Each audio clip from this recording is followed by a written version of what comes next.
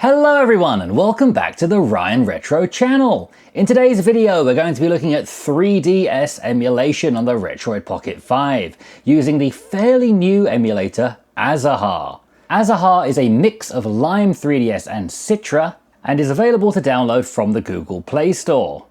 There are some improvements over previous 3DS emulators, such as the inclusion of save states finally with 3DS emulation. So you can very quickly jump into one of the games you played before, go to your save states, and load up a previously saved state. You can see I have a few here that I was playing around with. And just like that, I'm back into one of my previous saves. Being a Nintendo DS emulator, we will run into that issue of needing two screens, as obviously all of the variants of the DS, the original DS, the 3DS, the DSi, the doorstop, they all have two screens, and here we only have one. So in order to get around that, we can of course have two screens on the screen at once like this, side by side, and you can assign a button to switch the layouts between left and right.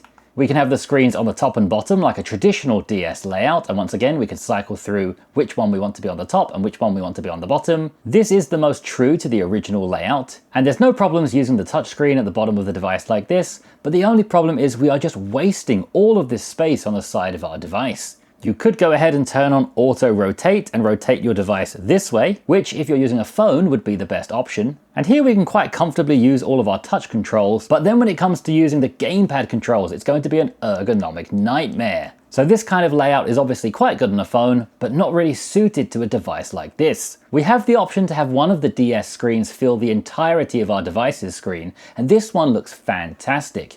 And in certain games you will find yourself very rarely using the second screen, so this could be a good option. Here I've mapped the screen switching option to the left joystick click, but if you were planning to switch the screen often like this, it might be better to map that to one of the triggers that you have available. So if I do play a game that is mostly using only one screen, this is the way I'll play it. But for this Pokemon game, I do need access to the second screen for all of the menus. So the layout I'm actually liking the best for all of these games is this one. It has the main screen nice and large, and the secondary screen quite small, but large enough that you can still use the touchscreen fine. And then just to fill in the blank space here, it has a second, smaller version of the main screen thrown at the top. Once again, we can cycle through the layouts. The touchscreen's nice and functional, and I find that this screen's more than large enough. If we give it a quick measure with the tape measure, please excuse me, I live in Korea, so we don't have inches on our rulers, and this is going to be in centimeters. But the Retroid Pocket 5 screen is around 14 centimeters, and this screen we're using here goes down to around 10, which is more than large enough. And in fact, if we compare this to the Retroid Pocket Mini screen, that is around 9.5 centimeters. So this smaller 3DS screen we're using here is still actually larger than the screen on the Retroid Pocket Mini, while still having the extra space in the corner for this touchscreen that we can use to view information or interact with our games. So this setup, in my opinion, is really nice. So let's now run through a few games to show how they look, how they perform, and a couple of cool things I've discovered. The first game is Pokemon Omega Ruby, and as you've been seeing in the video so far, it runs really nicely, while also being one of the best looking Pokemon experiences I've had on the Retroid Pocket 5. Next up we have a classic game, Animal Crossing New Leaf. I'm a huge fan of New Horizons on the Switch, but I haven't played the older version like this. Performance so far is pretty good, with the occasional stutter here and there. For all the tests today, I am running at 4x native resolution, 1600 by 960. I wanted to run at 5x native resolution to be even higher than 1080p, but unfortunately that was causing far too many slowdowns. And with us running the game in a much smaller screen, it might actually be worth lowering this even more. I'm actually not sure how this translates across the two screens. But so far, in my testing, 4x native resolution is pretty good in terms of both performance and appearance. With Animal Crossing, most of the game is played on the main screen, with the secondary screen, for the most part, being used by the map. So this is a game where I feel we can go into full screen mode. We can just run around, talking to the other villagers who live on our island, and hopefully do some fishing and bug catching, which I loved in New Horizons. So I will try that out a little bit later today, but for now, let's jump into another game that I've been playing a little bit more. This is Professor Leighton and the Miracle Mask. I had quite a few Professor Leighton games on my Nintendo DS when I was growing up, so this brings back a lot of memories. I love the Studio Ghibli style animations mixed with the puzzles. It's just a really pleasant atmosphere. After watching what felt like about 17 hours of Studio Ghibli animation, you can then jump into the game, moving around your little magnifying glass like Sherlock Holmes, looking for clues, What's this guy doing? Definitely very suspicious. We have to zoom in and find hidden objects.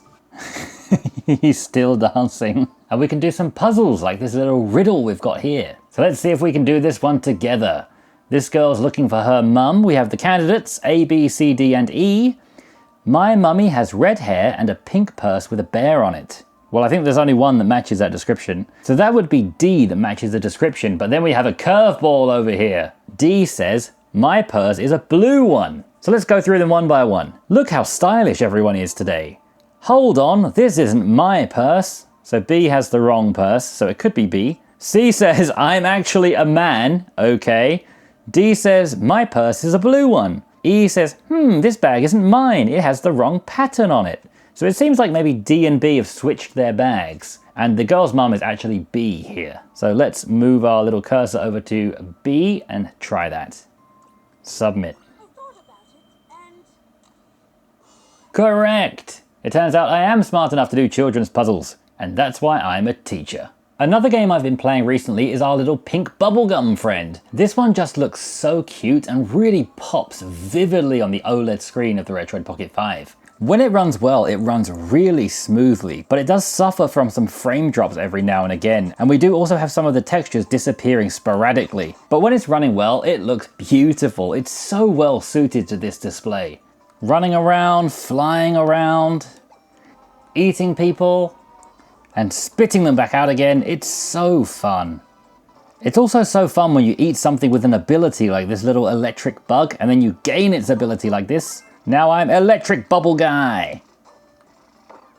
Give me my power back. Phew. This series of games is just so fun, so cute, and once again, it just pops so vividly on an OLED. As long as the game's running well and it's not skipping too many frames, it's a really lovely experience here.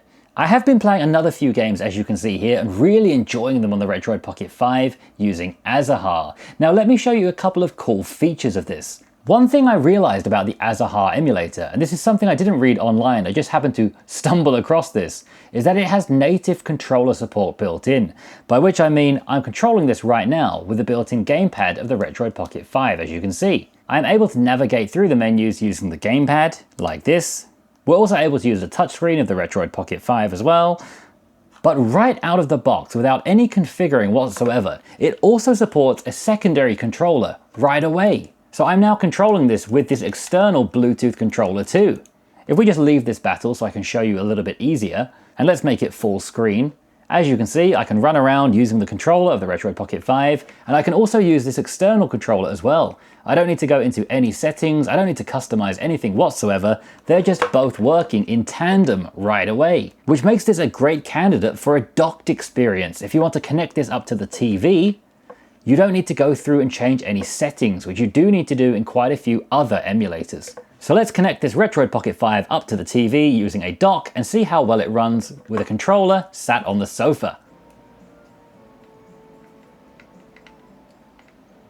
So that was 3DS emulation using Azahar on the Retroid Pocket 5.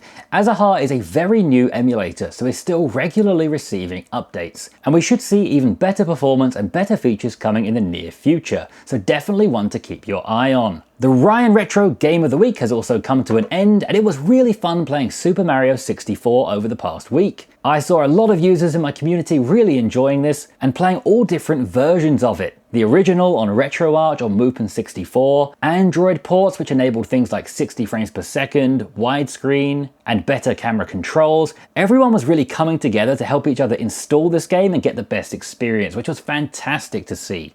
The patrons have been voting once again, and next week's Game of the Week, starting right now, is Echo the Dolphin on the Dreamcast. This is a game I'd never heard before, but the very first reaction to it I saw was, oh god, anything but Echo the Dolphin, which makes me quite excited to play it, to see what all this commotion was about. So if you'd like to join in with us, feel free to install that today and get playing. It should take around 15 hours to finish the total game, so let's see who in the community can finish it this week, and next week we'll pick another Game of the Week. Thank you very much for watching this video, everyone. I hope it was helpful. If it was, please give me a like and subscribe if you didn't already. If you'd like to pick up your own Retroid Pocket 5 to play 3DS emulation on the go, check out my affiliate link in the description to the official Retroid website, and I'll see you again tomorrow for another video.